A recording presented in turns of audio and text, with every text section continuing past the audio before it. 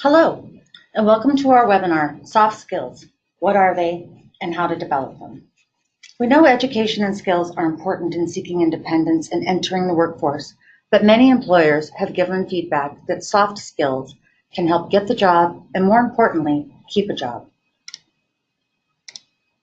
My name is Selena Harris, and I am the Project Training and Information Project Coordinator for the Utah Parent Center. Today we're going to talk about plans for the future.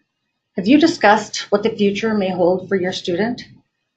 For their education, have you discussed whether they're going to be going to college or to a community college or a technical college?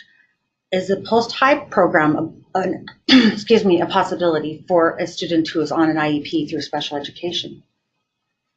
Employment, what types of employment are they interested in? What job skills do they have? What training would they need? What abilities would they need to have and acquire? And what is the availability of that employment? And independent living options. Can your young adult care for themselves? Or what are their plans for the future? What do they see for themselves? Do they know their options? These questions are questions that all young adults need to be asked. However, our students with disabilities need extra care to be addressed as our students move towards the end of their public education. So soft skills, what are they? These are the skills that we need to use as we interact with others in the school, in the community, and in employment. Hard skills are important to do a job, and soft skills are important to get and keep a job. Hard skills are the things like a college degree, an education, knowledge to do a job, a specific skill set like typing, reading, or counting. A soft skill is social skills, acknowledging people, filling out an application properly, performing well in a job interview. Social skills. As we discuss the most common area of soft skills, we will discuss how they apply to different levels of students' abilities.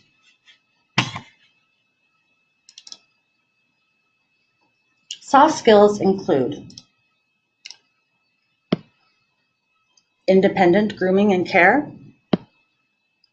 social skills, day-to-day interactions with others, dealing with employment barriers, making a good impression, behavior management, dependability, and more. There are many more skills to be considered. This workshop will start with the 10 most common. Your family and school team's expectations have a greater impact on a student becoming employed or going to college than that student's skill or disability. When parents and IEP teams get involved, teach and incorporate these skills early in the transition planning, your student will have a better opportunity to learn and practice these skills before moving into the world after school. There is research that go beyond these skills, but these top 10 are found in many of the literature which we are focusing on today. If your student becomes familiar with these 10, then introduce them to more.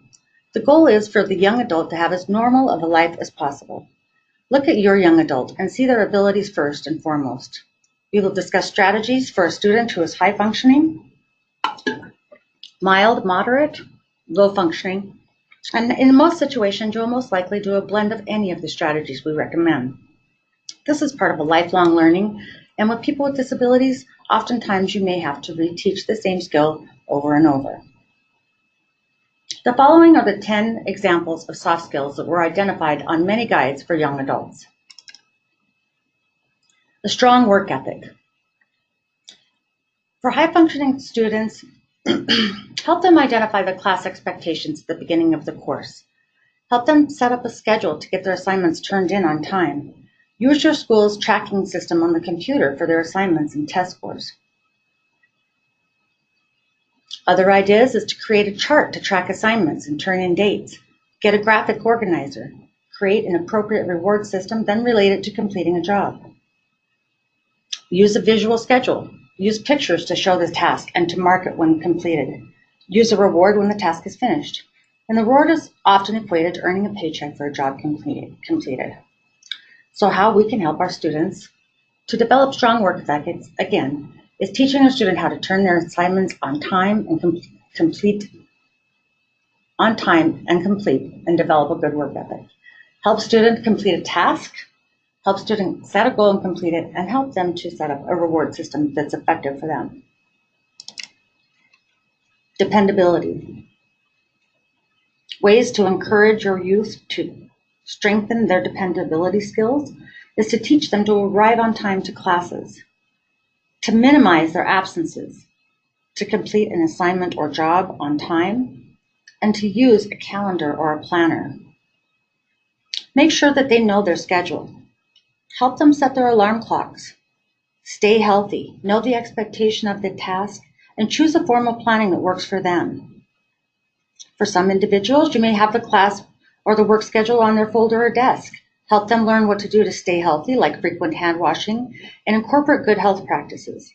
Make a chart to follow assignments and check it off when completed. Get a calendar to mark off the days. Use the technology that's available with a timer to help remind them of their schedule. Visual schedules are often very helpful as well to keep track of time and activity. And again, good self-care skills will help increase their ability to be dependable.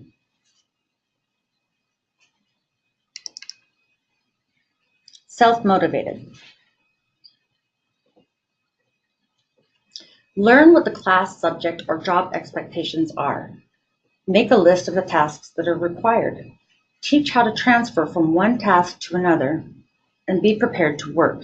These are the skills that you can use to teach your student to be more self-motivated.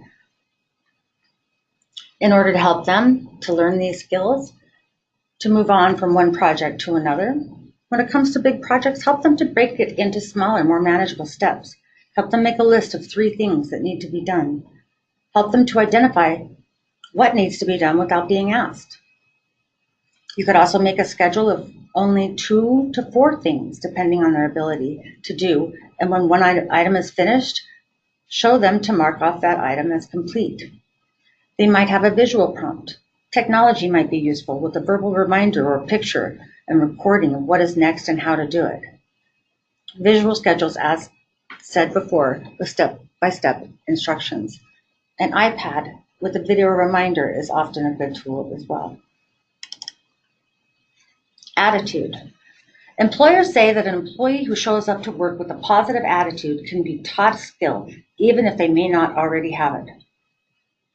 How do we teach people to have a good attitude? One of the most simple ways is to smile. Be friendly and be willing to learn. Teach your student what a positive attitude is. Practice with peers and teachers. Practice in the mirror. Start the day with positive affirmations. Ask them to identify people that they know that have a good attitude. What do they do? Possibly help them get into a social skill class and practice these skills. Practice in front of a mirror or role play. You can also show videos of examples using visual schedules with pictures of the students smiling and being with their friends, and offer positive praise when you see your student having a good attitude. Team player. Employers like a person who will work well with others. This may require practice and opportunities at school and home. Find opportunities to work in small groups at first to practice working with others. School groups and committees may be a good place to start. Social skills groups can be very helpful as well. Learning to take turns with sports or activities increase their skills as being a team player. Play groups and learning to take turns at games and sharing assignments are additional ways that you can teach your student to be a team player. Organized. Help your student have the right equipment and supplies for the task. A calendar, daily organizer, and being prepared. Help identify what is needed for the class or the day or the job. This includes being dressed appropriately, money for the day, transportation, and give them frequent reminders. Visual schedules are often helpful and can be used with pictures of the job expectations and the dress code for the activity or job. Works under pressure.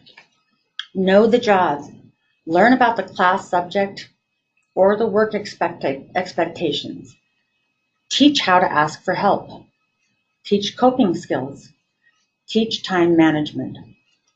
Practice time management with your student. Have them time how long it takes to do a certain job or task and role play interactions with other people. Discuss what to do when they are upset. What can they do when they're at school? What can they do when they're at work? Practice job skills and time how long it takes. Identify if there's any accommodations that may be needed. Practice asking questions. Reassure your student that it's okay to ask for help.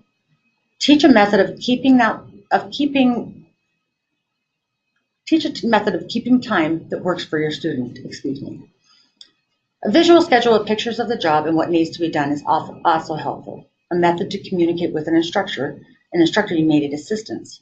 A person who's nonverbal and wants to ask for help may need a card that they hand, either their teacher or boss to indicate that they need some assistance. Communication. Employers like people who can communicate effectively. At all levels, practice asking and answering questions. Many students need to learn to actively listen. Take notes. Report to authority about any issues. Practice verbal communication and how to ask questions appropriately. Practice active listening. Explain to your student that most people, instead of listening to what another person is saying, are probably just waiting until it's their opportunity to talk, and what a valuable skill it is to others when they listen actively and repeat the information back to them to show the person that they're listening to what they're saying. Use technology to record instructions and model communication. Use a visual schedule so a person can point to it or identify what is needed. Drag and speak may be an example to help with communication. Flexibility. Can your student adjust to change? Assignments may be adjusted or schedule change for a job. If an employee shows that they can be flexible, that is very beneficial to their company. This can be problematic if your student prefers structure. This can be a benefit for some employers and teachers, but knowing the expectations of the job and communicating with the employer or teacher in advance may be needed if you know that your student is a person that has a hard time with adjustment. For all students, role-playing may be helpful. A fast food job may not be the most appropriate for all students. Things that can teach your student to be flexible is to change your routine once in a while and help them learn to adjust slowly and give them proper support for the world that they'll be going into after school. Confidence. Be prepared. Know what is required of the job or class. Dress appropriately. Teach basic social skills, how to make eye contact, how close to stand to another person, when to shake hands. These can be hard to teach for any person. Practice speaking publicly can help, even if it's in a grocery store. If you ask your student to go ask the cashier if they know where the butter is, they will build confidence over time as they are independently able to accomplish these tasks. Tell your student how wonderful they are. Give them praise for their attempts and help them recognize their strengths. These are also items that may be addressed on an IEP as life skills. Some additional soft skills are attentiveness, persuasive speaking, positive language, good body language, patience and self-control, empathy, creativity, accountability, and leadership skills. You may want to work with the IEP and add in any additional skills that your student may need. Daily living skills. Depending on a student's abilities, these items can also be addressed on an IEP. Managing self-care, behavior and relationships, daily hygiene, cleanliness, washing, brushing teeth, hair care, home chores, making their bed, sweeping the floor, doing dishes, cooking, finances, counting money, having a bank account or a checking account, These are all the ways that you can help your students start to prepare for the transition into adulthood. Remind them that relationships are important and that hygiene is important at a job.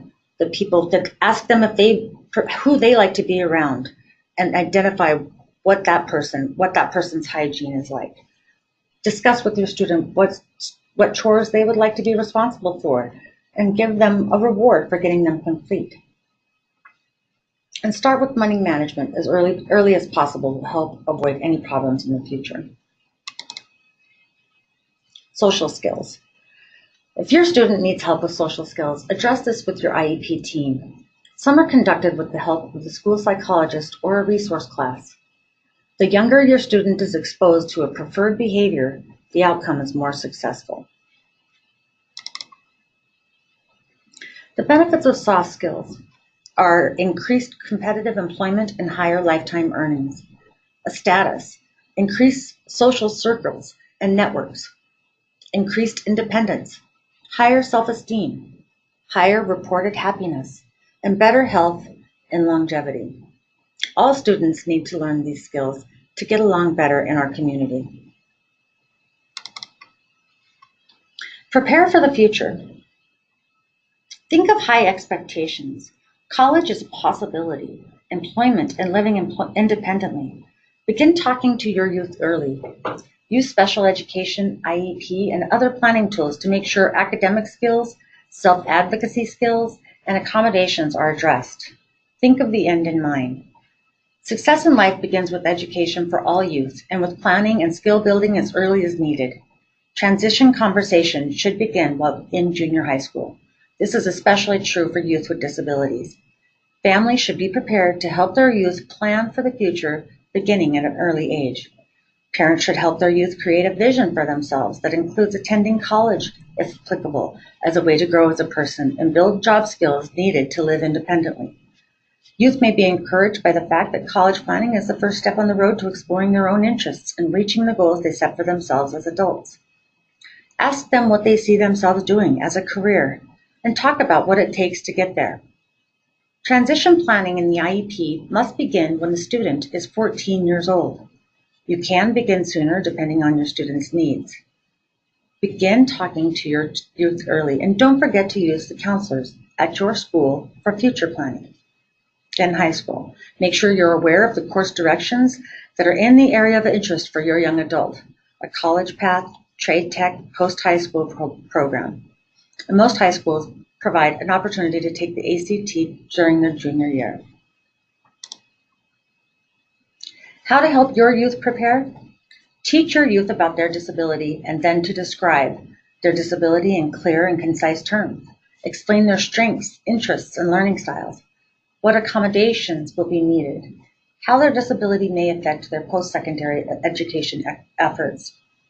And definitely you'll want to talk about how their presence will be an asset to any company or educational setting that they join.